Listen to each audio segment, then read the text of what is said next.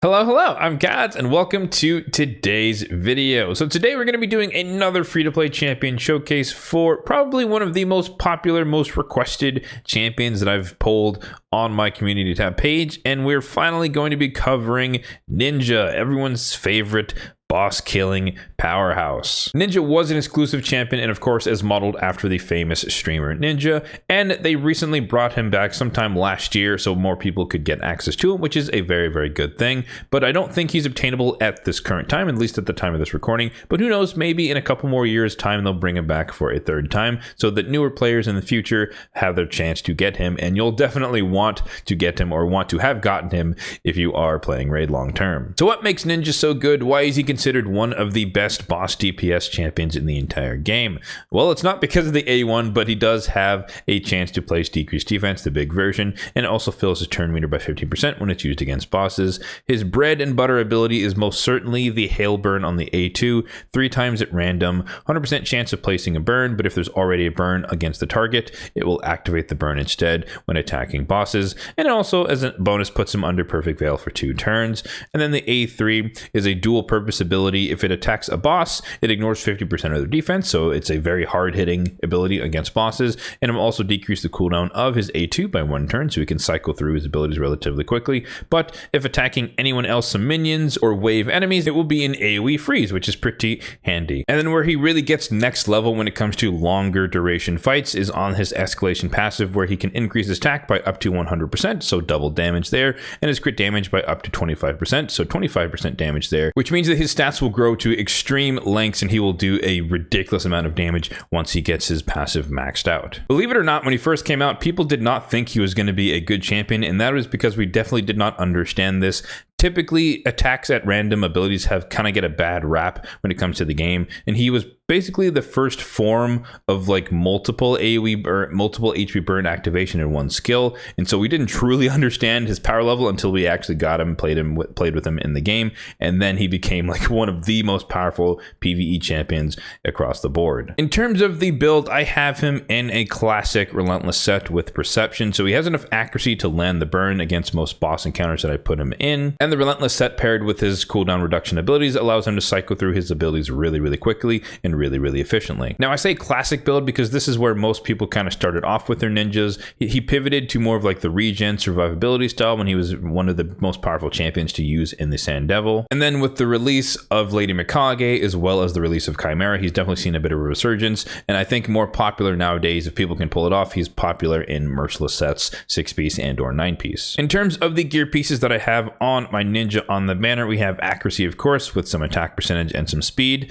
and some flat attack. I have a crit damage on the amulet with some accuracy, triple roll there. We have defense on the ring because he has a really low amount of defense, so this is more for survivability, but note that we do have a triple percentage roll on the attack percentage, so we're kind of getting the best of both worlds, a little bit of survivability and a lot of damage. Speed on the boots with some crit rate, some attack and some crit damage. You love to see it. Attack percentage on the chest with some crit damage, crit rate, a little bit of speed. Crit damage on the gauntlets with some speed and some crit rate, a little bit of accuracy on the shield, speed, crit rate, crit damage on the helmet, speed and crit, and then on the weapon we have speed, crit rate, and some accuracy. So in total, his stats added all up become 39,000 on the HP, 4,800 on the attack, 2k on the defense, 237 on the speed, full crit rate, 238 on the crit damage, and then 323 on the accuracy. For the blessing, I do only have a 1-star, and it is Brimstone. I do think that's probably one of the best ones for him, unless you're using him in like Hydra and Chimera. You might consider, especially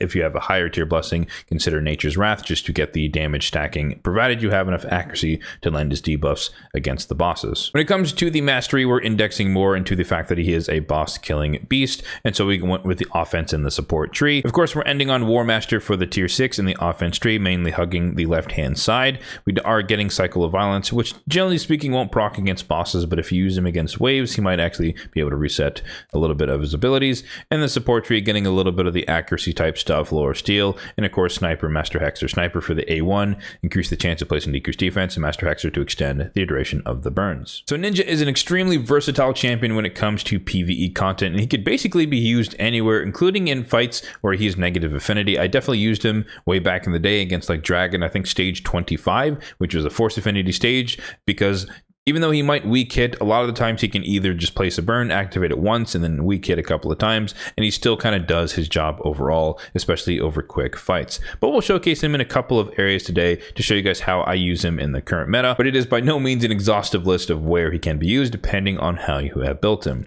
So for starters, he's definitely one of the best DPS champions when it comes to Demon Lord clan boss. I know it's relatively old content that people don't really focus on that much anymore, especially as you can see here with the advent of the Wixwell compositions, but case in point here, you can see Lady Mikage ally attack pairing with him, another ally attack on a Wixwell comp, and you can see Ninja 300 something million damage. So he can definitely put out a ton of damage in a Demon Lord clan boss team. And in fact, I do run him on my Demon Lord clan boss team for Brutal. I have this team in here just because there is that advanced quest where you have to use a rare, and my normal team doesn't have a rare champion, so I make sure to run this at least once a day on Brutal. So we'll go ahead and quick battle that, and you can see that he's going to carry the team. Doesn't really matter the affinity. This is just a thrown together team. I don't need it to do a ton of damage. It just needs to do, I think, 20 million on Brutal, so it's not fully optimized by any means, but and they're not survivable by any means either. It's not unkillable or anything like that, and so they just do a bunch of damage as quickly as possible and then die off, and so that's kind of why I liked it. I built this team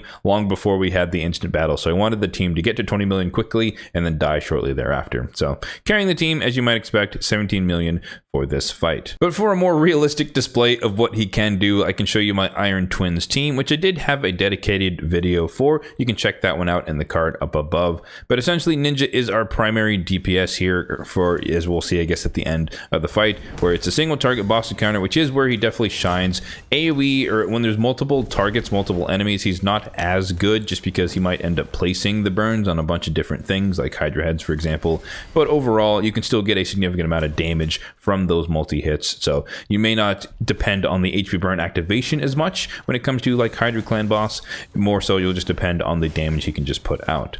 So this team, just for a little bit of a summary, is essentially built around Broodlord here, who has a passive where as long as he, or when he's attacked, or when allies are attacked while under ally protection, there is a chance that he can place decreased speed on the attacker. And so we are using his passive to essentially have the boss place decreased speed on himself, as you can see there. It even works when he goes through the thresholds and he gets the AoE attack off. He's still attacking Broodlord and or presumably people under ally protection. That is also why we have Jereg in the squad for our ally protection, and thus he can continuously place decreased speed on himself throughout the fight, and we don't have to worry as much about placing buffs on this team because we do have a fairly heavy buff team. So you can see here, we're trying to also protect Ninja, keep him alive as much as possible. This is a favorable affinity because the boss is Spirit in this case, so it's going to weak hit Ninja a lot.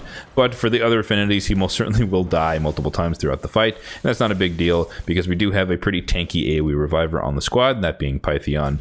And then as an auxiliary DPS, we have Walking Tomb Dragon there, just because irresistible burns, and he can also activate burns alongside Ninja. So yeah, this team usually takes somewhere between 2 minutes and 3 minutes depending on the affinity, depending on RNG. We'll see Ninja die here in a second unless he gets weak hit. Oh, we got lucky there. We got very lucky he survived. But most likely, or most of the time, Ninja ends up dying, especially when we get to the latter half of the boss fight there, unless he's under ally protection, of course.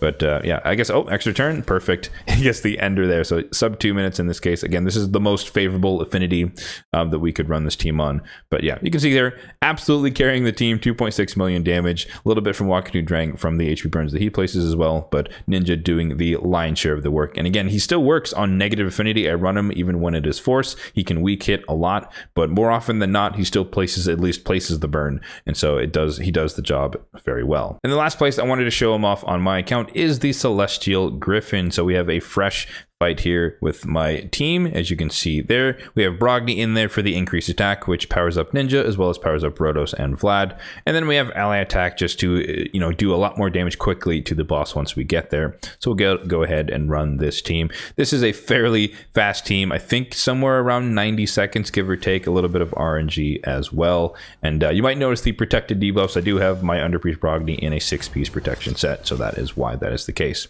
But for AI overrides, it's not that important here, but Vlad's in there because he's one of the fastest, or one of my best wave clear champions. Could be anyone, doesn't really matter that much. And for Ninja, we just save his abilities until we get to the boss. I don't want him to waste the HP burn or the freeze on the waves because we can kill them in, as you can see, just under 30 seconds. And then once we get to the boss, we can have everyone do some A1s, at least everyone who's faster than the Griffin. Ninja in this case is slower than the boss. but once we get going, we can just start wailing on the boss. Brimstone is nice because, you know, it's just extra damage whenever the Griffin uses abilities, and then we're just going to be able to use our abilities. And, you know, Relentless Set is where this comes in handy. The more extra turns you can get, the faster we can DPS down the boss. But aside from that, this is basically just a race to deal as much damage as possible, and then you know, we stay protected from Brogni with the block debuffs, and the protection set also helps prevent our buffs from being stolen when the Griffin comes around and gets his turn, which he should do right here. In this case, I do think we lapped him enough that we're not really going to protect that many buffs, but you can see Ninja, he still happens to have saved the increased attack for a little bit longer, but we should be ending this fairly quickly. Like I said, we have a lot of DPS on the squad, and Brimstone's actually going to get the kill there. But yeah, just under 90 seconds, a pretty fast team. And the damage is kind of split in this case between Ninja and Rotos. Rotos is probably doing a majority of his damage across the waves, single target nuclear, of course. Vlad gets a little bit of AoE damage from the waves, and then Ninja is doing the bulk, the lion's share of his damage against the boss. So like I said, Ninja is definitely one of the most versatile PvE champions in the game. And over the years, I've used him in many different speed compositions, but he's kind of fallen out of the meta for a lot of the core dungeons just because his kit kind of falls off and doesn't really apply.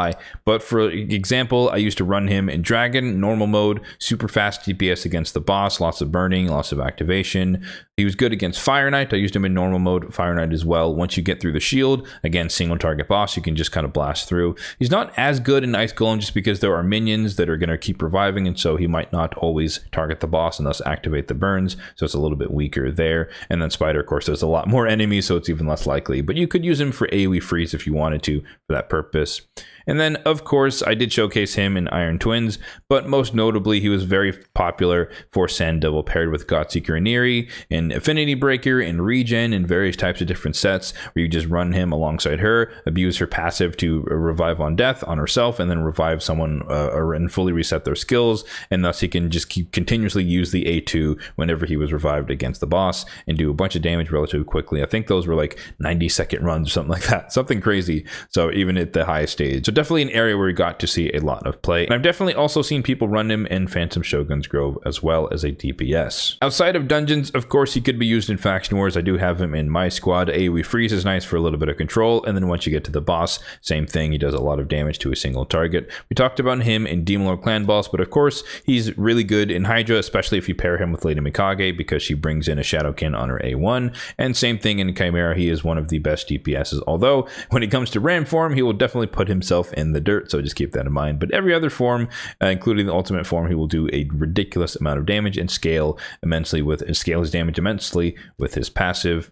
And then Doom Tower is definitely where he can come into play a lot as well. I showed him off in my Griffin team, but he's been in various teams over the years, in and out of teams, I should say. He could be useful in the Frost Spider if you have some other form of HP burn, particularly or ideally irresistible HP burn with like a Walking Tomb Drang. Once you kill the minions, he can be a very strong DPS on the boss, just activating the burns that someone else places, which is a condition you need to actually kill the spider unless you're running Lydia for the block revive. I've also seen him used against the Dark Fae. Once you deal with your mirror copies, he's again a good DPS to deal with the single target boss encounter. And I even ran him a few times against the Eternal Dragon, kind of as our main DPS, being able to kill one of the priests to reset our cooldowns, and thus DPS the boss once we get rid of the minions. And I will forewarn you though, you do not want to run him against the Magma Dragon, because that boss is basically immune to HP burn. Whenever you try to place HP burn on the Magma Dragon, it will be converted into a continuous heal. So do not run him on the Magma Dragon, but basically any other Doom Tower boss is fair game. And then of course you can run him in the Cursed City. He can do both jobs at once. He can be an AoE freeze to control some waves, and he can do the same thing he does everywhere else,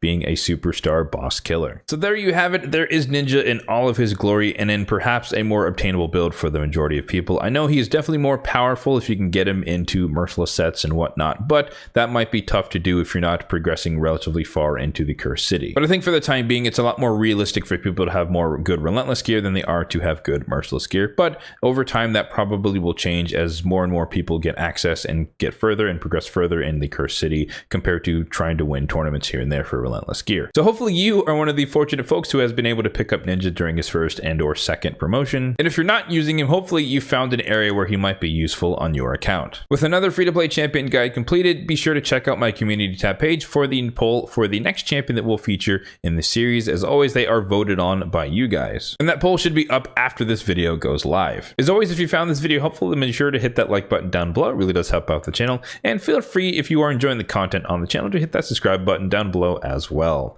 Thanks for watching and have a good one.